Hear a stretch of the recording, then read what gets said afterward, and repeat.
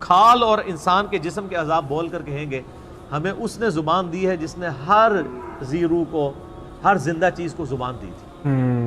ਮਰਨ ਤੋਂ ਬਾਅਦ ਕਿੱਥੇ ਜਾਣਾ ਤੇ ਆਪਾਂ ਉਹੋ ਜਿਹੇ ਕੰਮ ਕਰੀਏ ਕਿ ਤੁਹਾਨੂੰ ਨਹੀਂ ਲੱਗਦਾ ਕਿ ਆਪਣੇ ਕੋਲ ਯਾਰ ਇਹ ਚੀਜ਼ ਵਾਕਈ ਹੋਣੀ ਚਾਹੀਦੀ ਸੀਗੀ।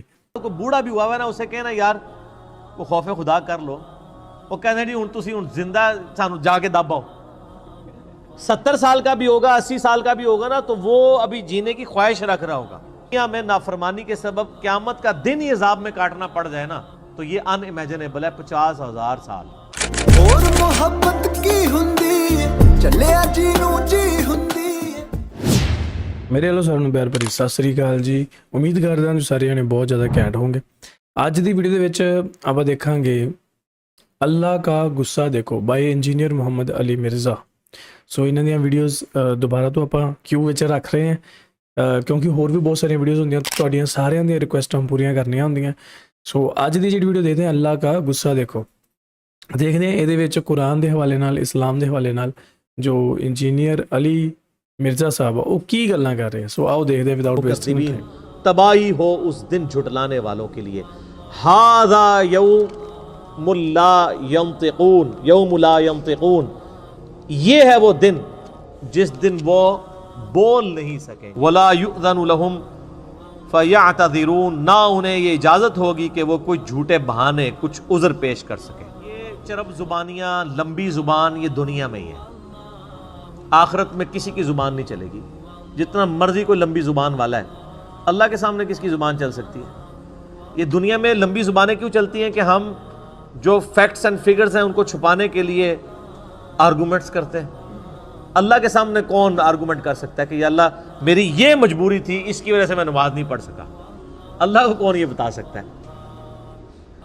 یہ دنیا میں کہا جا سکتا ہے جو رزق مانا بھی تھے جناب عبادت ہے نا، یہ دنیا میں تو سارے ڈنڈیاں آپ مار سکتے ہیں، اللہ تعالیٰ کو کوئی کہانی کروا سکتا ہے؟ اللہ کو تو کوئی کہانی۔ تو اللہ فرماتا ہے کہ ان کو بولنے کی اجازت نہیں ہوگی، اور اس کی تفسیر تو پھر سورہ یاسین میں آتا ہے نا، الیوم نختم علی افواہہم وتکلمنا ایدیہم، ہم ان کے منہوں کے اوپر مور لگا دیں گے، ان کے ہاتھ اور پاؤں، ان سے ہم کلام کریں گے، وہ ان کے کیے ہوئے اعمال کے اوپر گواہ ہوں گے۔ سورہ حمیم میں سجدہ میں آتا ہے کہ انسان اپنی کھال اور اپنے اعضاء سے کہے گا کہ تم تو میرے تھے، تم میرے خلاف بھی گواہی دینا شروع ہو گے، تمہیں کس نے زبان دے دی؟ تو کھال اور انسان کے جسم کے اعضاء بول کر کہیں گے ہمیں اس نے زبان دی ہے جس نے ہر زیرو کو، ہر زندہ چیز کو زبان دی تھی۔ ان کا عذر قبول نہیں کیا جائے گا۔ وَيْلٌ يَوْمَئِذٍ لِّلْمُكَذِّبِينَ، تباہی ہے اس دن جھٹلانے والوں کے لیے۔ ھذا یوم الفصل، یہ ہے فیصلے کا دن۔ جمعناکم والاولین، جس دن ہم تمہیں بھی جمع کریں گے اور سارے اولین، اگلے جتنے گزر چکے ہیں تمام اگلوں اور پچھلوں کو اس دن جمع کر لیں گے۔ فَإِن كَانَ لَكُمْ كَيْدٌ فَكِيدُونِ، پس اگر تمہارے پاس کوئی چال ہے تو میرے خلاف چل کے دکھاؤ۔ ہائے ہائے ہائے، یار اللہ بڑا ڈاڈا ہے۔ یہ طنز کرنا اور اتنے سخت انداز میں گفتگو کرنا اسی لیے ہے کہ انسان اپنے آپ کو درست کر لے۔ اللہ تعالیٰ پھر قیامت میں فرمائے گا لو جمع ہو گیا، کر لو، آپ کوئی چال ہے تو چل کے بتاؤ۔ اور یہ اللہ کا کتنا کرم ہے کہ یہ جو اس وقت اللہ تعالیٰ کی طرف سے ٹانٹ اور تانا ملنا ہے انسان کو، وہ دنیا میں سنایا جا رہا ہے اور ویڈیو چلائی جا رہی ہے تاکہ اس دن کے آنے سے پہلے پہلے اس ٹانٹ سے، اس تانے سے تم بچ جاؤ۔ یہ اللہ کی کرم نوازی ہے۔ سورۃ المؤمن میں ایک بڑی زبردست آیت ہے، اسی کانٹیکسٹ میں میں اکثر کوٹ کرتا ہوں، میرا یوٹیوب پہ ایک کلپ بھی ہے، کیا اللہ کو بھی تکلیف ہوتی ہے؟ سورۃ المؤمن کے شروع کی آیات میں سے اللہ تعالیٰ فرماتا ہے کہ ہم مجرمین کو جب قیامت والے دن عذاب دیں گے نا، پھر ان سے پوچھیں گے کہ آج تمہیں تکلیف ہو رہی ہے نا، آج اپنی جان سے تم بیزار ہو نا اس تکلیف کی وجہ سے؟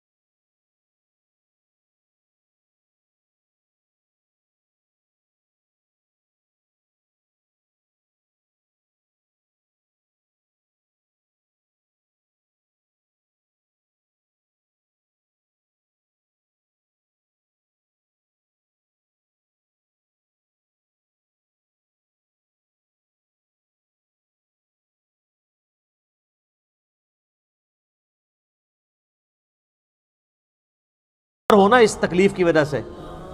وہ کہیں گے ہاں. تو اللہ تعالیٰ فرمائے گا اس سے زیادہ ہمیں تکلیف ہوتی تھی جب دنیا میں تمہیں ہماری طرف بلایا جاتا تھا اور تم روگردانی کرتے تھے. یہ اللہ تعالیٰ کا انداز بتا رہے ہیں. یعنی جس طرح ہم اپنی بھی لینگویج میں ایک بات کرتے ہیں نا، ہوں پتہ لگا ابو بچو جی، یہ کہتے ہیں نا، اب پتہ چلا بچو جی، یہ چھوٹے بچے کہتے ہیں نا. تو اللہ تعالیٰ فرماتا ہے اب پتہ چلا جب دنیا میں تمہیں ہماری طرف بلایا جاتا تھا تم روگردانی کرتے تھے. تو ہمیں اس سے زیادہ تکلیف ہوتی تھی جو آج تمہیں اپنی جان سے ہوگی. تو اس پہ میرا یوٹیوب پہ کلپ ہے کہ اللہ کو بھی تکلیف ہوتی ہے. یہ بلکہ پورا لیکچر سننے والا ہے. مسئلہ نمبر 196، فکر آخرت پہ اس سے بہتر لیکچر میرا کوئی نہیں ہے. کاش میں دنیا میں واپس جا سکتا، یہ اس کا ٹائٹل ہے، جس میں میں نے سورہ سجدہ کی 11 آیات اور قرآن ریفرنس کے طور پہ کئی آیات کور کی ہیں. اللہ تعالیٰ فرمائے گا ہاں بھائی کوئی چال ہے تو چل لو.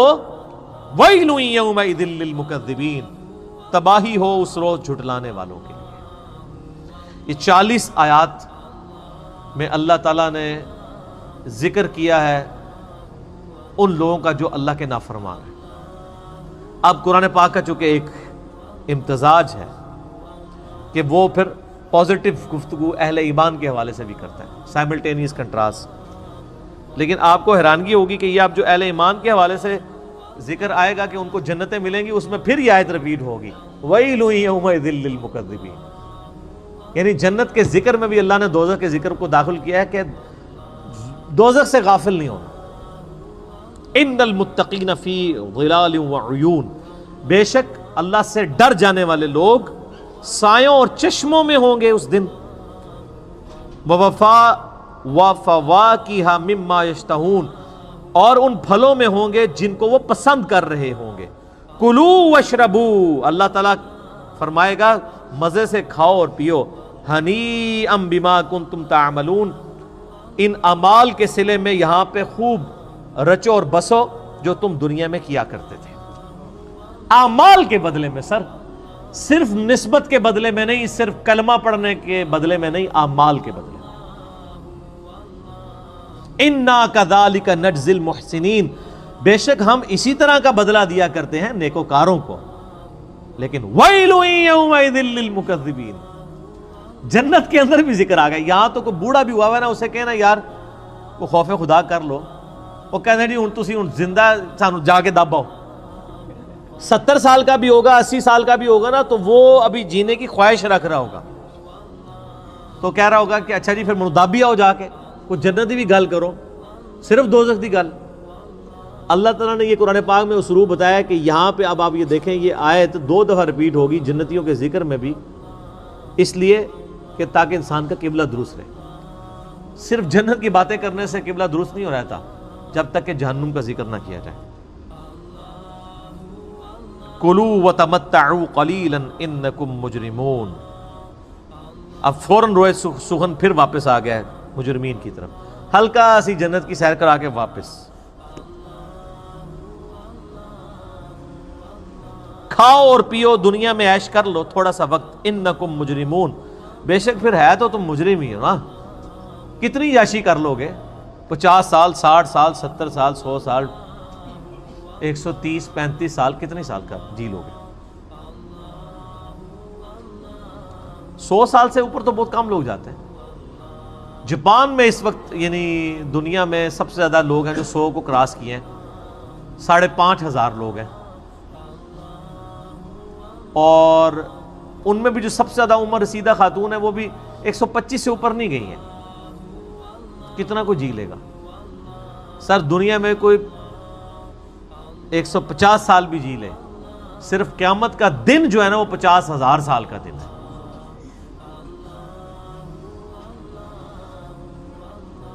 عذاب کی تو بات ہی نہیں ہو رہی، وہ تو کروڑوں اربوں سال کے لیے. صرف قیامت کا دن جو ہے نا وہ 50,000 سال کا دن ہے. صرف دنیا میں نافرمانی کے سبب قیامت کا دن ہی عذاب میں کاٹنا پڑ جائے نا تو یہ ان امیجنیبل ہے. 50,000 سال. اللہم اجرنا من النار، آمین. وَيْلٌ يَوْمَئِذٍ لِّلْمُكَذِّبِينَ، تباہی اور بربادی ہو ان لوگوں کے لیے جو جھٹلایا کرتے تھے. وَإِذَا قِيلَ لَهُمُ ارْكَعُوا لَا يَرْكَعُونَ، اور جب انہیں کہا جاتا ہے کہ رب کے سامنے جھکو تو جھکتے نہیں ہیں. کیوں نہیں جھکتے؟ وہ کہتے ہیں کچھ بھی ہے یا اللہ تیرے محبوب کی امت سے، نمازیں پڑھنے کی کون سی ضرورت ہے؟ ابھی بھی یوٹیوب کے اوپر کتنے بائزین ہیں بڑے تگڑے قسم کے جو کلیئر کٹ آ کے یہ بیان دیتے ہیں کہ جی بس جو بندے نے کلمہ پڑھ لیا ہے، نبی علیہ السلام سے محبت رکھتا ہے، اب اسے کوئی ضرورت نہیں نماز روزہ کرنے کی، وہ جنتی ہو چکا. اور اس طرح کے جو وائزین ہیں نا، صرف ان کی تقریروں کے اوپر جو نعرے لگتے ہیں نا، اور کہیں نہیں لگتے، کیونکہ سستی جنت بیچ رہے ہوتے ہیں. اچھا انسان بھی کتنے بیوقوف ہیں، خود اپنی آنکھیں بند کیے ہوئے ہیں. انسان اگر خود تھوڑا سا تفکر کرے وہ بھی سمجھ لے گا کہ یار ایسا کرنے سے کیسے ہو سکتا ہے. دنیا میں بغیر محنت کے مزدوری نہیں ملتی، اور اللہ جس نے پیدا ہی مزدوری کے لیے کیا تھا، مزدوری سے مراد وما خلقت الجن والانس الا لیعبدون. اور اس پہ امام غزالی نے بہت زبردست بات احیاء العلوم میں کیمیائے سعادت میں لکھی ہے کہ اگر تم لوگوں کا یہ ڈھکوسلا مان لیا جائے نا کہ اللہ تعالیٰ نے یہ سب کچھ بس صرف ڈرائی اینڈ پہ چھوڑ ہی دینا ہے، کوئی کسی کا حساب کتاب نہیں ہونا، کسی کو عذاب نہیں ہونا، تو تم یہ کہنا چاہ رہے ہو کہ اللہ تعالیٰ اور اس کے پیغمبر دنیا میں ٹھٹا کرتے رہے ہیں ہمارے ساتھ. نعوذ باللہ. ظاہر ہے پورا قرآن دھمکیوں سے بھرا پڑا ہے کہ نہیں کرو گے تو رگڑا لگ جائے گا، تو یہ سب مذاق ہوتا رہے؟ ایسا نہیں، تمہیں سمجھ نہیں آئی اصل میں. یہ ٹھٹا نہیں ہے، یہ بہت سیریس معاملہ ہے. جب اللہ کے سامنے جھکنے کے لیے کہا جاتا ہے تو وہ جھکتے نہیں ہیں. وَيْلٌ يَوْمَئِذٍ لِّلْمُكَذِّبِينَ، تو بربادی ہے اس روز جھٹلانے والوں کے لیے. فَبِأَيِّ حَدِيثٍ بَعْدَهُ يُؤْمِنُونَ، اب اس قرآن کے بعد کس اور بات کے اوپر ایمان لے کر آؤ گے؟ یعنی قرآن میں اتنی واضح دھمکیاں آنے کے بعد ابھی بھی کسی چیز کا انتظار ہے کہ ہمیں کوئی اس طریقے سے آگے بات سمجھائے تو ہم سمجھ جائیں گے. اللہ تعالیٰ فرماتا ہے اس واضح دھمکی جو قرآن کی شکل میں نازل ہو چکی ہے، اس کے بعد اب کون سی چیز ہے جس کے تم انتظار میں ہو کہ اس کے بعد تم بات کو قبول کرو گے؟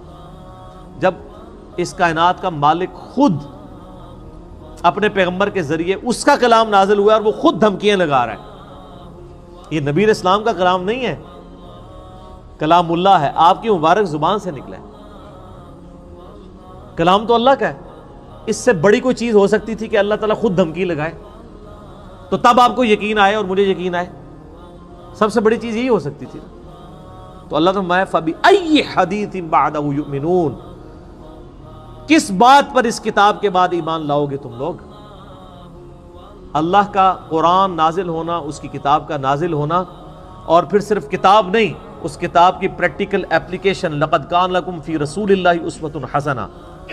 قرآن مجسم، قرآن کا اگر کوئی ایک جسم بنایا جاتا ایک پریکٹیکل، تو نبی علیہ السلام کی مبارک ذات ہے وہ. جو صحیح مسلم میں حدیث ہے، سیدہ عائشہ سے کسی نے پوچھا کہ نبی علیہ السلام کے اخلاقیات کیسے تھے، آپ علیہ السلام کے معاملات کیسے تھے، تو انہوں نے کہا قرآن نہیں پڑھتے. قرآن ہی نبی علیہ السلام کے اخلاق. یعنی قرآن کا مطلوب انسان اگر کوئی روئے ارض پہ ہے پریکٹیکل فارم میں، تو اللہ کے محبوب صلی اللہ علیہ وآلہ وسلم کی مبارک ذات ہے.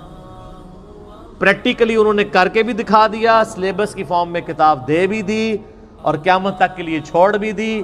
حجۃ الوداع کے موقع پہ بھی فرمایا قرآن چھوڑ کے جا رہا ہوں اور میری سنت. غدیر خم پہ بھی فرما دیا کہ قرآن کو پکڑ لینا، ہدایت پہ رہو گے، چھوڑ دو گے گمراہ ہو جاؤ گے، اور میرے اہل بیت کے ساتھ اس نے سلوک کرنا. قرآن ہی کر کے گئے نبی علیہ السلام. اسی لیے میرے بھائیو، جو میرا پہلا مسئلہ ہے نا، مسئلہ نمبر 1، وہ ہے ہی ہے امام الانبیاء کی دعوت قرآن. اور میرا ریسرچ پیپر نمبر 4 ہے اسی کے اوپر. اس پہ ہم نے ٹائٹل آیت لگائی ہے سورۃ الانعام کی آیت نمبر 19، وَأُوحِيَ إِلَيَّ هَذَا الْقُرْآنُ لِأُنذِرَكُمْ بِهِ وَمَنْ بَلَغَ. اے نبی علیہ السلام فرما دیجئے یہ قرآن مجھے اس لیے وحی کیا گیا تاکہ اس قرآن کے ذریعے میں تمہیں ڈر سناؤں، اور جس تک یہ کتاب پہنچ جائے وہ اس کتاب کے ذریعے ڈر سنائے. فَذَكِّرْ بِالْقُرْآنِ مَنْ يَخَافُ وَعِيدٍ. قرآن کے ذریعے اے نبی علیہ السلام نصیحت کیجئے اس کو جو خدا کی دھمکی سے ڈر جائے. تو نبی علیہ السلام کی دعوت کا تانا بانا ہی قرآن تھا. صحیح مسلم میں اوپر تلے 4 حدیث ہیں کتاب الجمعہ چیپٹر کے اندر کہ نبی علیہ السلام قرآن حکیم ہی پڑھ کے تقریر کیا کرتے تھے، اور اکثر سورہ قاف ہوتی تھی، سورہ نمبر 50 پارہ نمبر 26 کے اندر. تو قرآن کے ذریعے آپ علیہ السلام تذکیر کیا کرتے تھے، اسی کے ذریعے نصیحت کیا کرتے تھے. اسی لیے آپ کو اثر بھی نظر آتا تھا، قصے کہانیاں نہیں تھی بلکہ اللہ کا سچا کلام تھا۔